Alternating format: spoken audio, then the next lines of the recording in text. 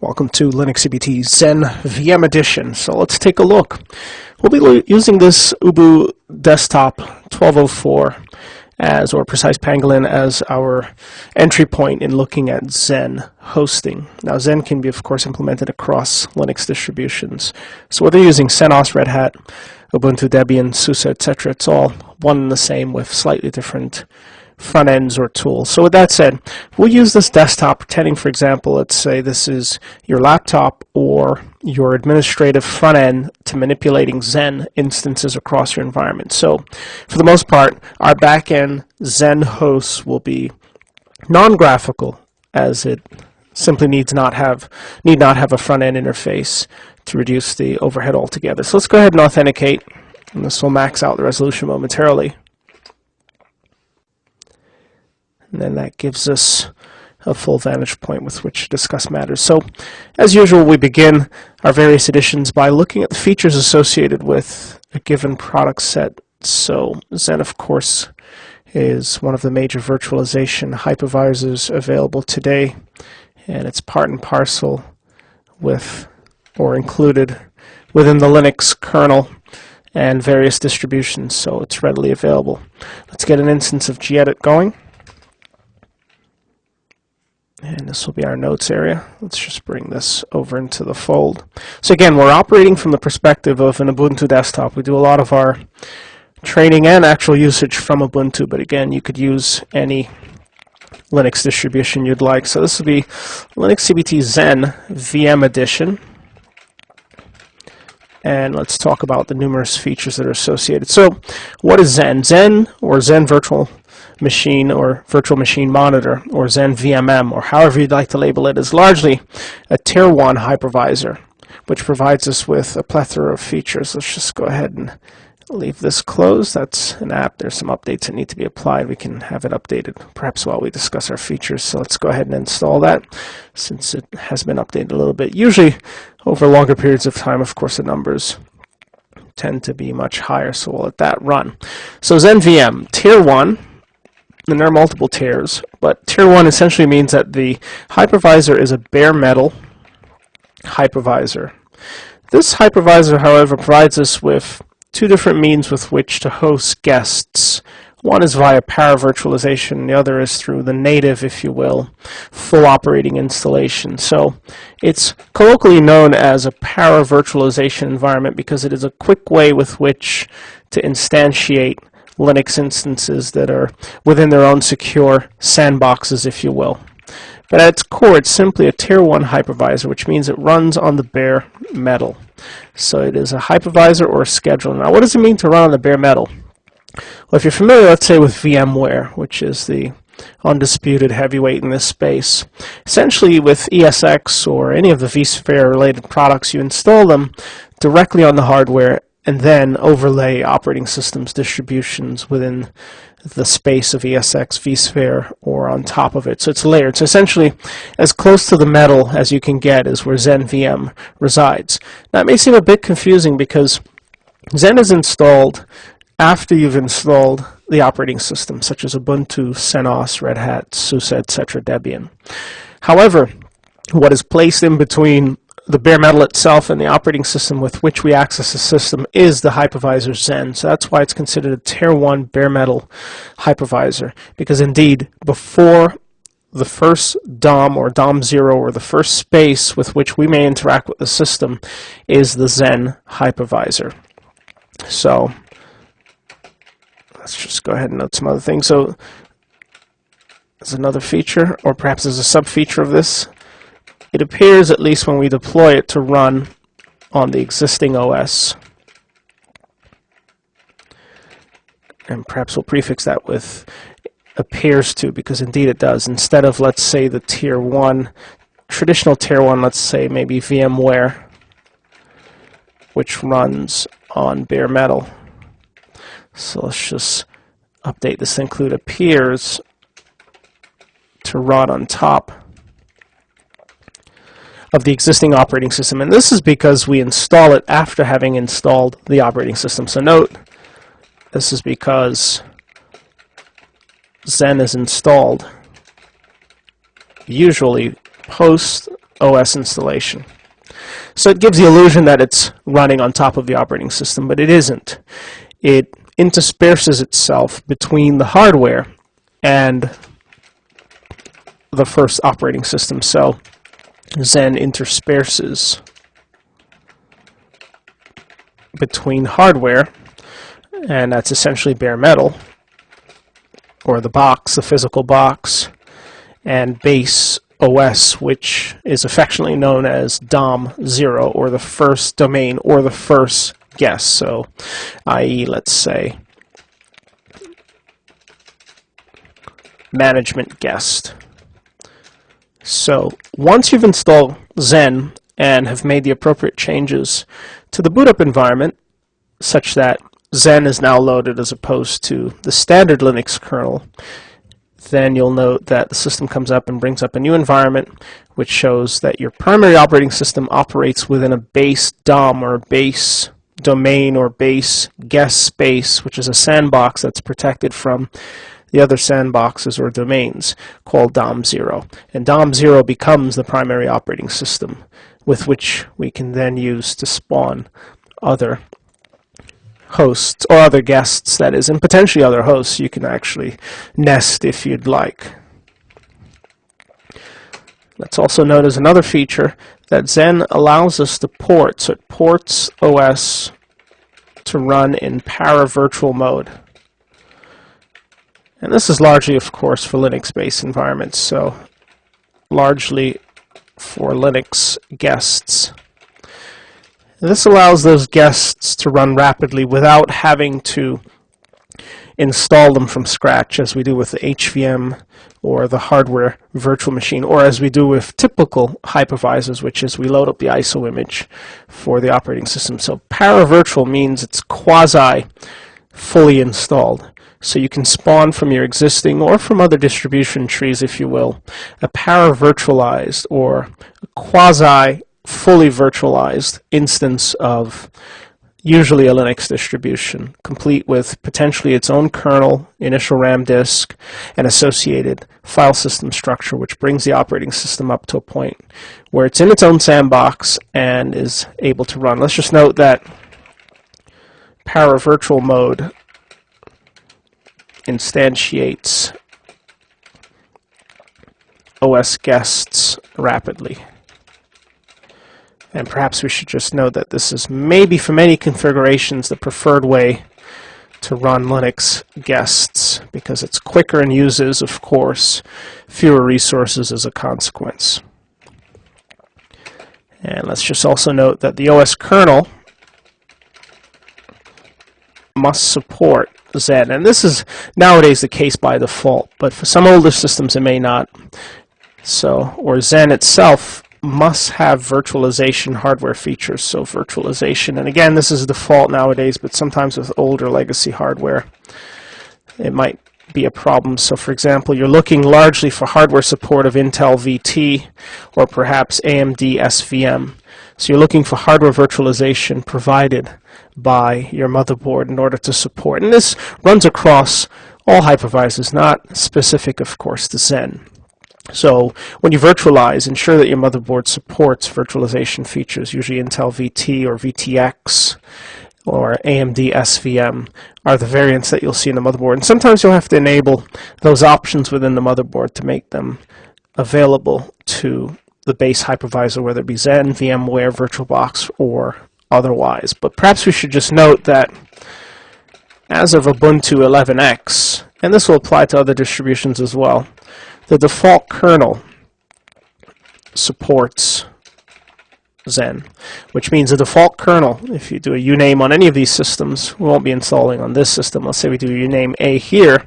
This default version 3.20.41, which is the latest that's available for this build of Ubuntu at this particular point, already out of the box supports Xen. So this can be virtualized. This entire host can be made a guest within the context of some other Xen system, if you will. But we won't be installing Xen on this local system. We'll just use it as a portal to connect to the other systems. Now let's move on to some other features. Of course, they're all related. So DOM0, this is the primary management, so management domain or sandbox.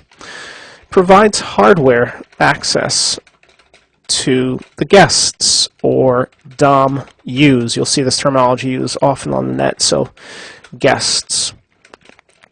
This essentially means that all of the DOM use, however many, communicate in some way, shape, or fashion with respect to accessing hardware via DOM 0.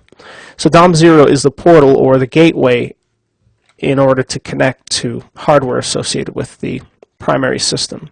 So if DOM 0 has a problem, then the DOM use may essentially have problems as well. So it's essential that we have a healthy, lightweight, unencumbered DOM 0. In other words, when you set up your skeleton Xen systems, do very little in DOM 0. Keep it as clean as possible, clean from pollution as possible, meaning don't run too many processes, too many programs, too many cron entries. Just keep it light and easy so that the DOM use can perform and access hardware as needed. Xen provides us with, as opposed to hardware-based provisioning, rapid provisioning of guests. And again, guests are domains or sandboxes, also known as DOM use. So essentially, i.e., for example, in today's cloud environment, Xen can provide us with on-demand based systems on customer requests.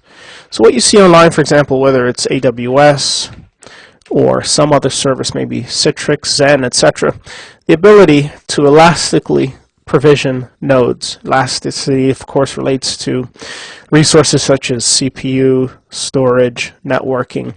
And that's brought to us through these hypervisors. So maybe you started your system with 100 gigs of storage, maybe initially 8 gigs of RAM, but you need to stretch that to maybe double the storage, 5 times the storage, maybe double or more the RAM. And the elasticity is provided by the hypervisors, allowing us to grow from wherever we currently are to whatever the system will support. And of course, you can charge customers accordingly. So we normally see this. Let's just note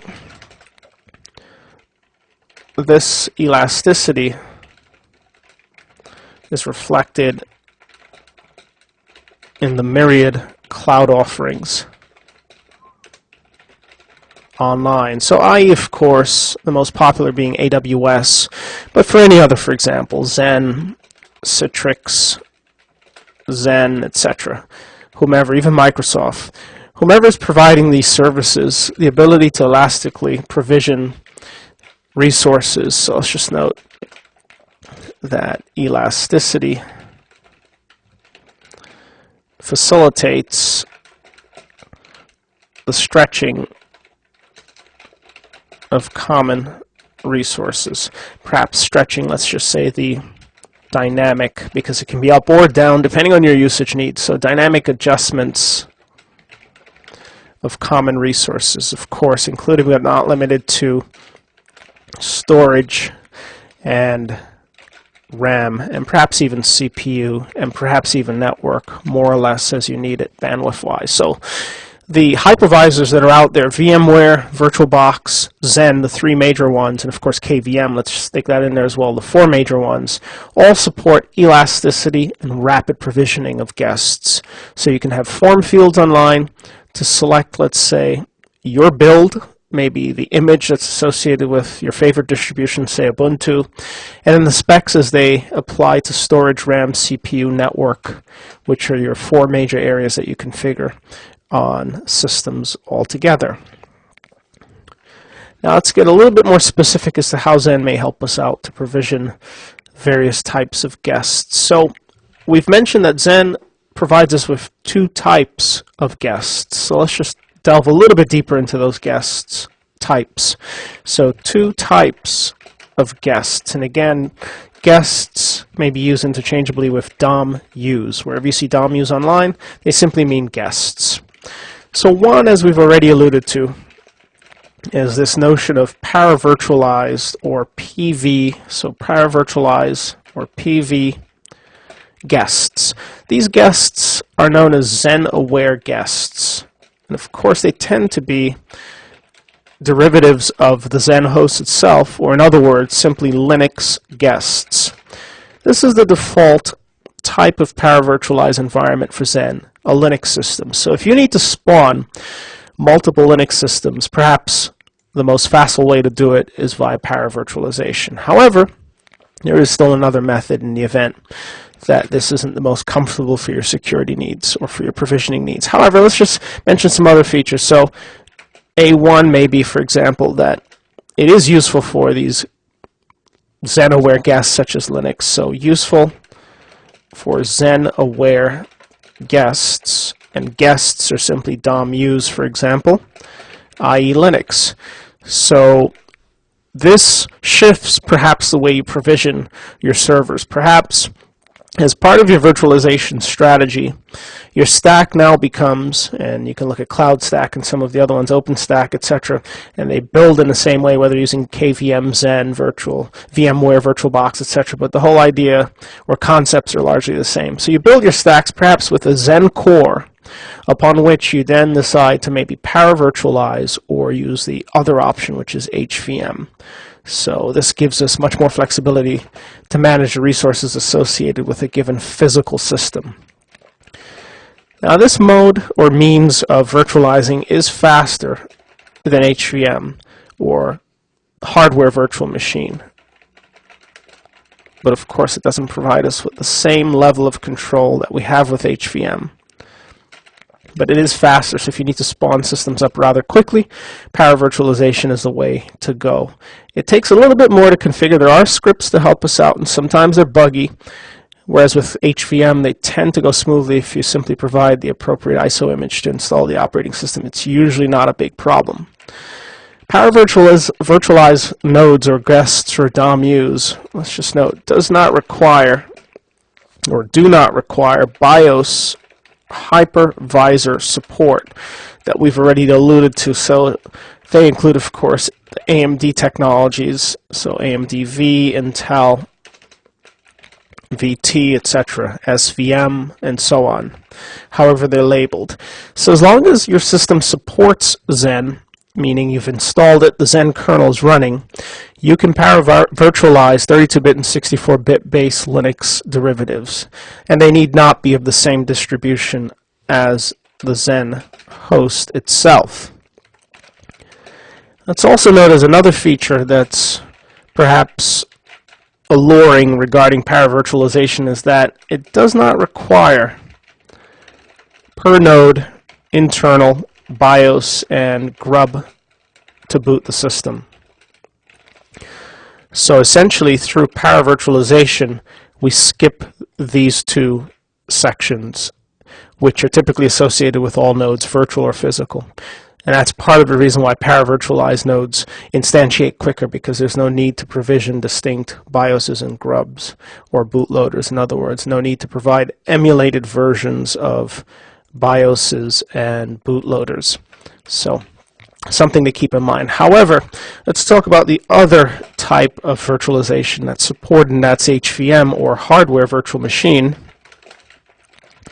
which may fit your environment and is actually less buggy to implement. Now, this provides a fully virtualized environment. So fully virtualized, which means it includes a full BIOS or emulated BIOS, peripherals, emulated of course, all fed through the hypervisor or DOM0, storage, network, etc. Whereas with paravirtualization, there's a lot of back-end, front-end communications between the DOM-use and DOM0 to make things work. The same still exists with HVM, but it's done in a different way. So the notion is that when you use paravirtualization, you're instantiating Linux derivatives which understand the terminology associated with the DOM0 or the primary node, whereas with hardware virtualization or hardware virtual machines, HVMs, you could have any operating system that may or may not understand the lingo of the DOM0. So for example, maybe Windows or Solaris or FreeBSD hosted within Xen, which wouldn't understand the same terminology and has to be provided with virtualized BIOSes, peripherals, storage network, CPU, etc. in order to function. So what's so alluring about this option? Well, it's of course cross-platform capable. It's useful for all, so long as the CPU supports the same. supported guests. So whatever Xen supports, or DOM use, let's just include that in there, can be implemented as an HVM, and that's what makes it so alluring. So what does that mean? Well, again, power virtualization suits Linux derivatives. Hardware virtual machines support both Linux and any other type of derivative that's supported on your platform. So AMD 64, Intel, x86, 32-bit, 64-bit, otherwise. So that means you could run a Mac OS X or FreeBSD or some other instance within your HVM environment. So it is more compatible. So let's just note, more compatible across platforms than para-virtualize or PV implementation. But again, it depends on your needs. If your environment simply supports derivatives of Linux, then perhaps PV is the way to go. Now, unlike para-virtualize, which doesn't require that your motherboard support the appropriate extensions for virtualization, HVM does have that requirement. So requires Intel, let's say VT, or AMD, and whatever the technology happens to be, say AMD V, AMD SVM, let's say motherboard enabled virtualization to work. Now, nowadays, this is a common realization, so it should not be a problem. Even on a laptop, say you're running a Mac OS X laptop as we do, you should be able to, let's say, load up these sorts of instances with the appropriate support. You'll find online that you can check whether or not your CPU supports the appropriate strings by egrepping, let's say, VMX or SVM out of proc CPU info. So let's just note, check proc CPU info for various virtualization strings. So IE may find, for example, VMX, SVM, etc. But also you should check simply the BIOS to make sure that it supports. Let's go ahead and just save this since we're here, so this will be classroom notes.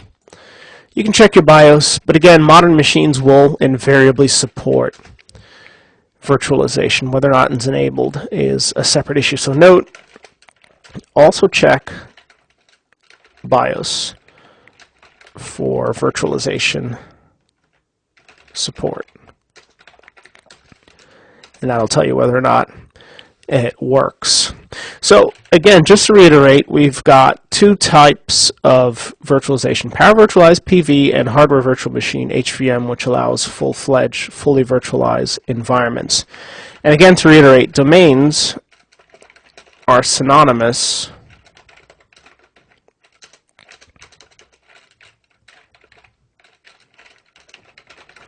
with guests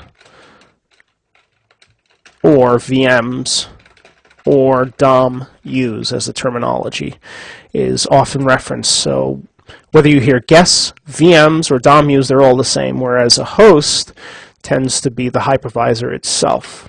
Insofar as the target platform, it's the same common platform you'll find across the other hypervisors. So runs on pretty much the common platforms available today: Intel, AMD, both 32 as well as 64-bit, as well as IA64, which is less popular platforms. So that should not be anything alarming.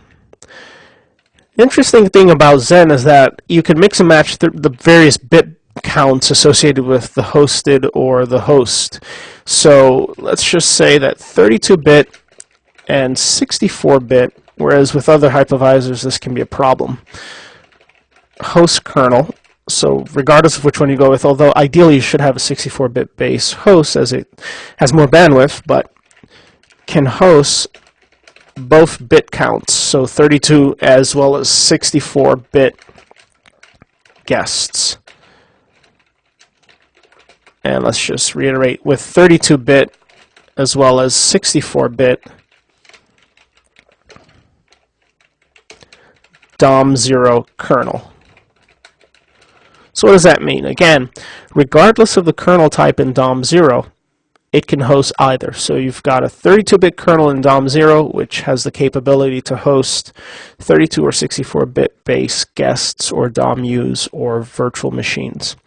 Ideally, it's not suggested that you practice this, so you should opt for 64-bit base DOM0s. Currently up to 32 CPUs, which should suffice for most applications, per guest. And this will be for the x86 platform.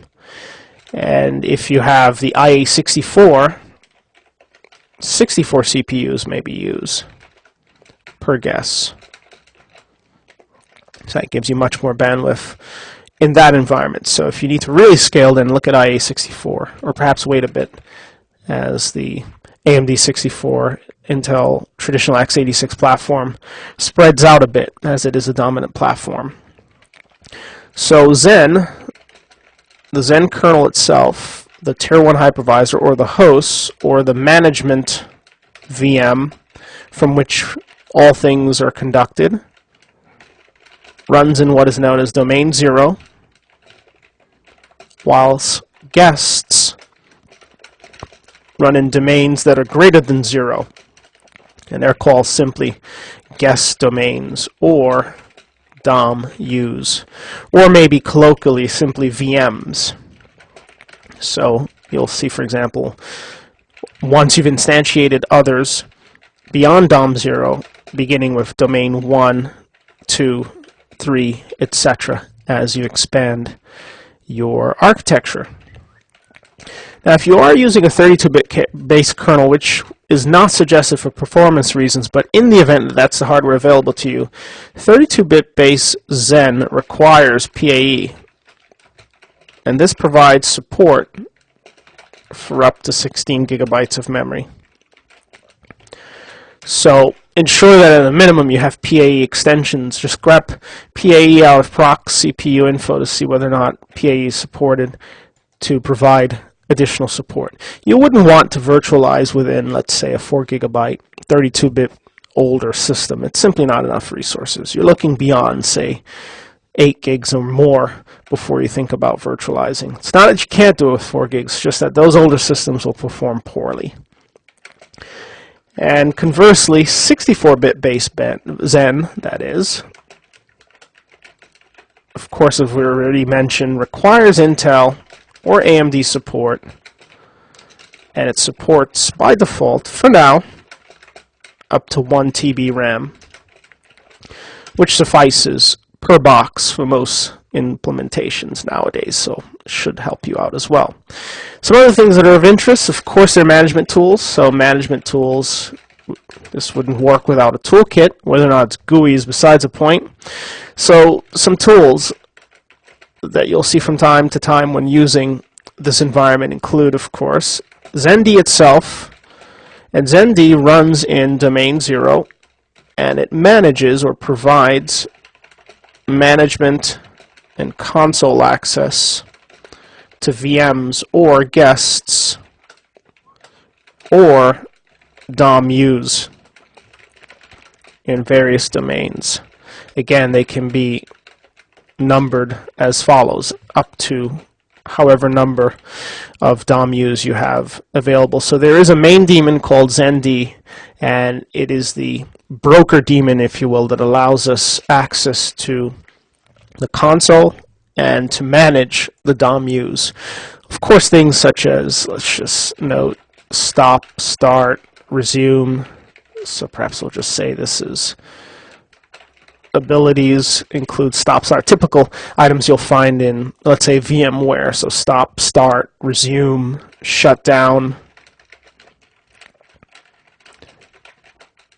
guests as needed, and other functions, of course. From the client perspective, so of course the XenD daemon itself receives these requests, but there has to be a client from which we send these requests, and there are a number of them. However, the common one we'll use is XM. So XM is the common management client, and this you'll use from, of course, DOM0 to manage various hosts. So use via DOM0 management domain to manage those nodes. And you can use it, for example, to, let's say, create, delete, destroy, etc. VMs. So XM is that main tool. You may also use it to connect to the console of nodes, especially paravirtualized nodes, which default to providing a console. There are multiple front ends for connecting to Xen, so multiple front ends for provisioning these various VMs. They include but are not limited to Xen tools, which we'll take a look at. Virtual Manager,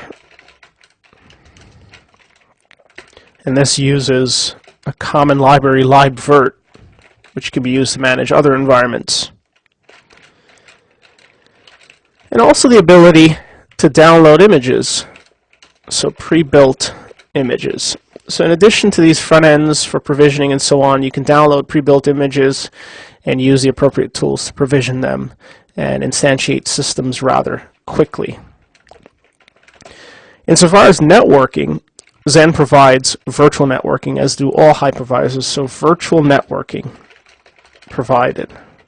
And this is done via point-to-point interfaces. But you don't need to know much about point-to-point interfaces, just the syntax and nomenclature. And the nomenclature looks or resembles the following. So VIF will be the prefix for virtual interface, of course, followed by the DOM ID, not in these brackets, but substituted so as a variable, so DOM ID. And the DOM ID is automatically allocated upon the invocation of a domain, so it may start with 1, but it could be any number, and it increments by 1 per invocation. So after you've destroyed or deleted and reinitiated, then the count goes up by 1. So it's the virtual interface followed by the DOM ID, so maybe VIF1, for example, followed by the virtual interface ID, so VIF ID. And that virtual interface ID is or corresponds to the ID number within the DOM-U. So let's say ETH0 within DOM1 would map to, let's say, VIF1. So it would be VIF1.0. So for example,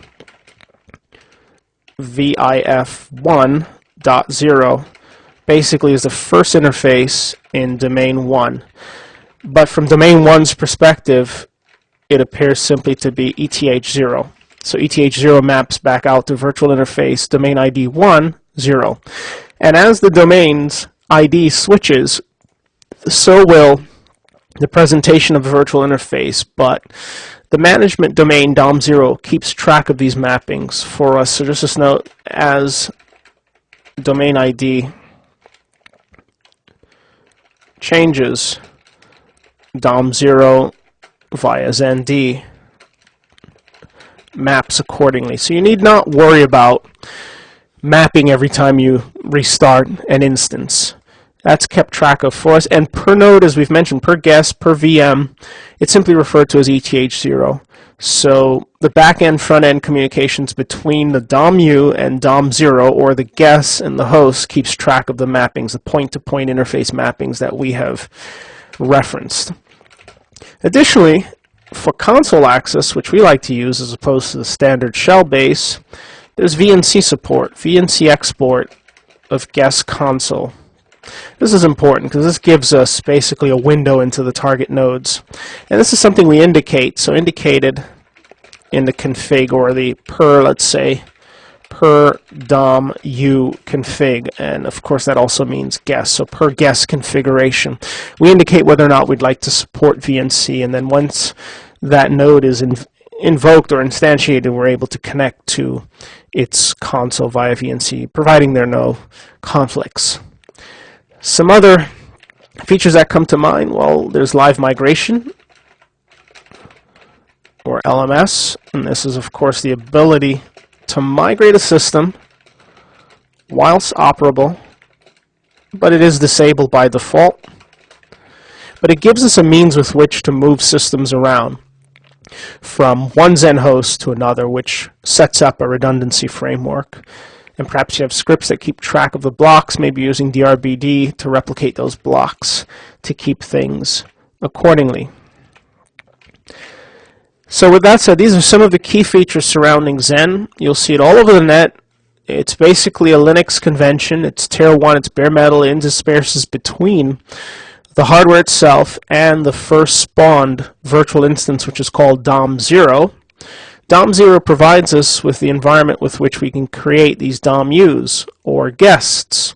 And those guests are provided by the DOM0 in two methods, or facilitated via two methods. One is paravirtualization PV, which instantiates the node quickly and usually works well for Linux-dependent guests or DOM-Us. The other is hardware virtualized machines, HVMs, which allow us a fully virtualized environment and supports all supported platforms for that particular CPU type.